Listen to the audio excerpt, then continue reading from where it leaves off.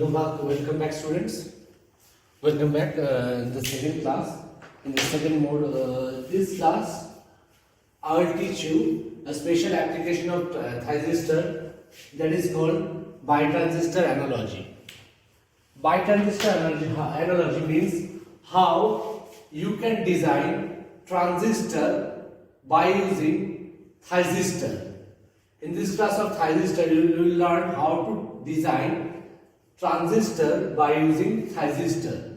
Suppose this is a transistor PN 4-layer 3-junctional device having 3 terminals, anode, cathode, and gate. This is the symbol of a transistor. Your first and foremost aim is to design two different types of transistors by using one transistor. This is PNP.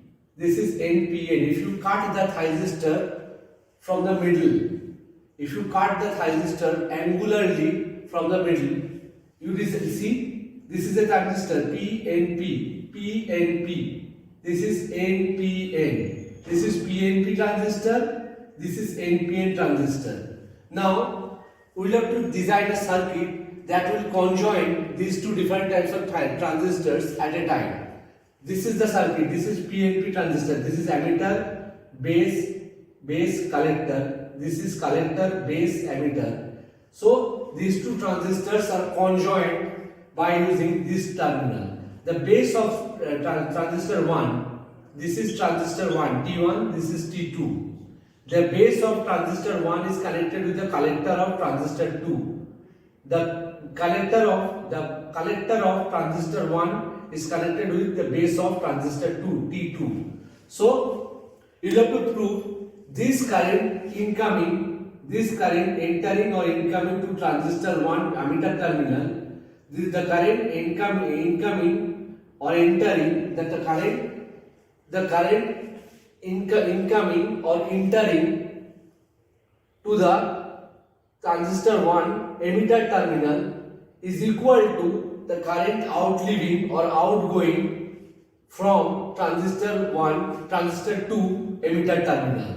That means the current incoming or entering into the transistor 1 emitter terminal will be equal to the current outleaving or outgoing from the transistor 2 emitter terminal.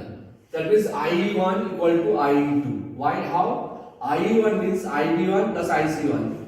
Remember, if this is a transistor, suppose this is a transistor PNP, NPN, this is NPN transistor, this is collector, this is base, this is emitter. This is collector current, this is base current, this is emitter current. Always remember this formula, IE is equal to IC plus IB.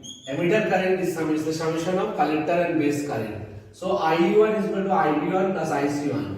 Now IB1, see carefully, IB1 is equal to IC2. This base current is directly feeding to the collector terminal. IB1 is equal to IC2. This collector current is directly fed to the base terminal of transistor T2. This base current is directly fed to the collector terminal of transistor T2. This collector current of transistor T1 and PNP transistor is directly feeding to the base terminal of transistor T2. So IB1 is equal to, this is IB1 is equal to IC2, IC1 is equal to IB2. So just put these two values. Instead of IB1 write IC2, instead of IC1 write IB2. So IC2 plus IB2 means IE2. So your bitransistor analogy is completed. You can divide a PN 4-layer device of a transistor into PNP and NPN transistors. Now by using these two different transistors, you can design a circuit.